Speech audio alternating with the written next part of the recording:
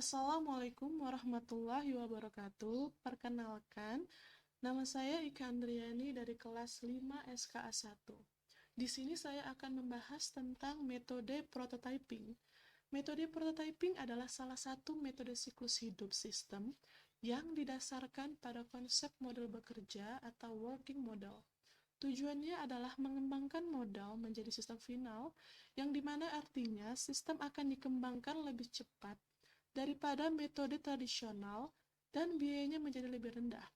Ada banyak cara untuk melakukan prototyping, begitu pula dengan penggunaannya. Ciri dari metode ini adalah pengembang dan pelanggan dapat melihat dan melakukan pengerjaan dengan bagian dari sistem komputer dari sejak awal proses pengembangannya. Berikut di bawah ini adalah tahap-tahap dari metode prototyping. Jadi di sini metode prototyping memiliki 7 tahap, yaitu yang pertama analisa kebutuhan, kemudian yang kedua membuat prototype atau prototyping, yang ketiga evaluasi prototyping, yang keempat pengkodean sistem, yang kelima pengujian sistem, yang keenam kemudian evaluasi sistem, dan yang terakhir atau yang ketujuh adalah menggunakan sistem. Saya akan menjelaskan definisi atau arti dari masing-masing tahap tersebut. Yang pertama itu analisa kebutuhan. Di tahap ini, pengembang mendefinisikan format dan kebutuhan keseluruhan perangkat lunak, mengidentifikasi semua kebutuhan, dan garis besar sistem yang akan dibuat. Jadi di sini akan mendefinisikan kebutuhan apa saja yang dibutuhkan dalam pembuatan model prototyping di sini. Contohnya seperti kebutuhan data apa saja yang dibutuhkan, kemudian kebutuhan aplikasi apa saja yang dibutuhkan, seperti itu. Kemudian yang kedua, membuat prototype atau prototyping. Di sini atau di tahap ini, pengembang akan membuat rancangan sementara yang berfokus pada alur programnya. Contohnya, rancangannya seperti inputnya itu seperti apa, kemudian dan format outputnya itu seperti apa. Kemudian yang ketiga, evaluasi prototyping. Jadi di sini, evaluasi ini dilakukan untuk mengetahui apakah model prototype sudah sesuai dengan harapan. Kemudian yang keempat, pengkodean sistem. Jika prototype disetujui, maka akan diterjemahkan ke dalam bahasa pemrograman yang sesuai. Kemudian yang kelima, pengujian sistem, yaitu setelah perangkat lunak selesai dibuat, maka dilakukan pengujian sistem yang diperlukan. Kemudian yang keenam yaitu ada evaluasi sistem. Di tahap ini, pengguna akan melakukan evaluasi perangkat lunak yang sudah jadi untuk mengetahui apakah perangkat lunak sudah sesuai dengan harapan. Kemudian yang ketujuh yaitu menggunakan sistem.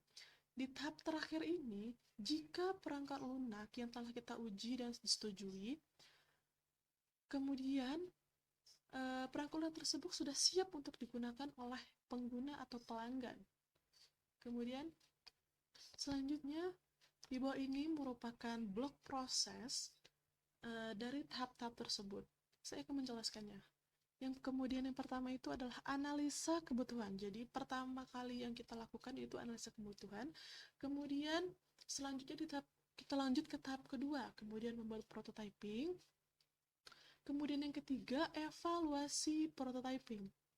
Di evaluasi ini, kita akan mengetahui apakah sistem atau model prototypingnya sudah sesuai dengan apa yang kita harapkan.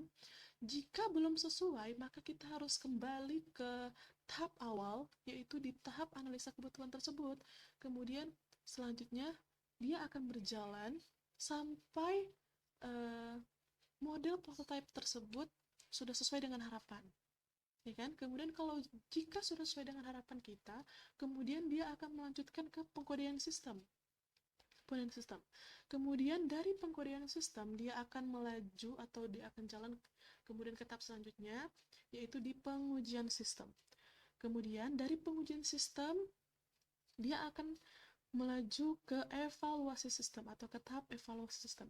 Dan di tahap ini, jika tidak sesuai harapan juga atau tidak sesuai dengan harapan sistem yang telah kita buat, kemudian dia akan kembali ke pengkodean sistem sampai sistem tersebut sudah sesuai dengan harapan kita atau hasilnya sudah sesuai dengan apa yang kita inginkan.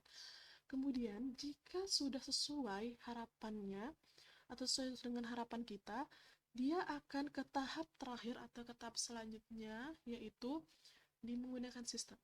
Ya kan, di tahap ini kan kita sudah bisa menggunakan perangkat lunak tersebut atau perangkat tersebut sudah teruji dan sudah disetujui.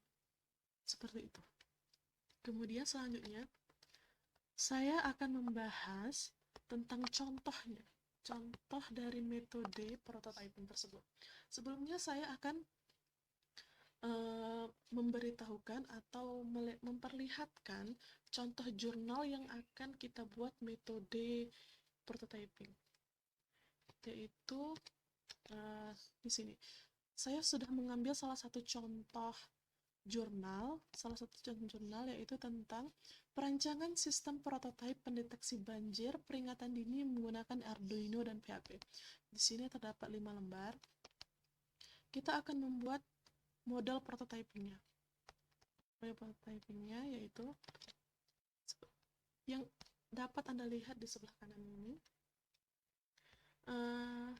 Yang pertama kita lakukan dalam perancangan sistem prototipe pendeteksi banjir peringatan dini menggunakan Arduino dan PHP.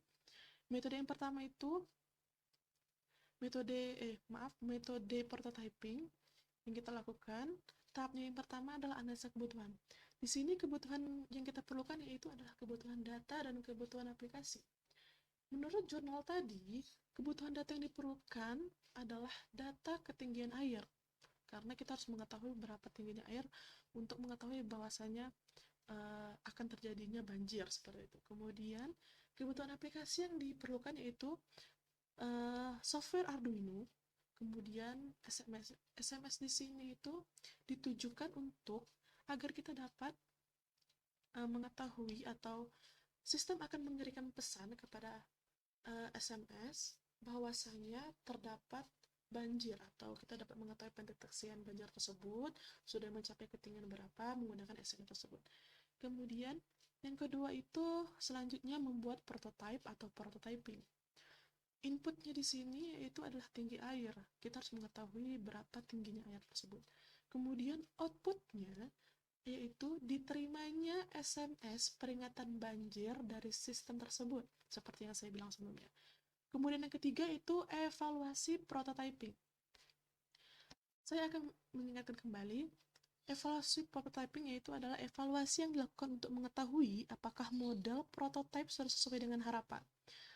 Menurut jurnal tersebut, model prototipenya sudah sesuai dengan harapan, maka akan dilanjutkan ke tahap yang selanjutnya yaitu yang keempat, pengkodean sistem. Pengkodean sistem di sini menggunakan bahasa pemrograman PHP.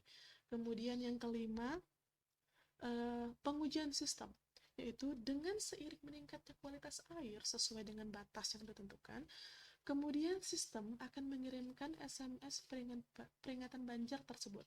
Contoh SMS-nya itu dapat dilihat dari contoh tabel di sini atau contoh gambar di sini yaitu seperti berikut. Kemudian tahap yang keenam, evaluasi sistem. Evaluasi sistem ini juga sama seperti evaluasi sebelumnya, yaitu pengguna melakukan evaluasi dan hasilnya sudah sesuai dengan harapan. Kemudian yang terakhir, yaitu menggunakan sistem. Jadi di tahap terakhir ini, alat pendeteksi banjir peringatan dini tersebut yang telah diuji dan diterima oleh pengguna sudah siap untuk digunakan. Jadi sudah siap untuk digunakan oleh pengguna atau juga pelanggan. Seperti itu adalah contohnya, contoh dari perancangan sistem prototype berdasarkan jurnal yang sudah kita tentukan tadi sebelumnya, yaitu tentang perancangan sistem prototype pendeteksi banjir peringatan dini menggunakan Arduino dan PHP.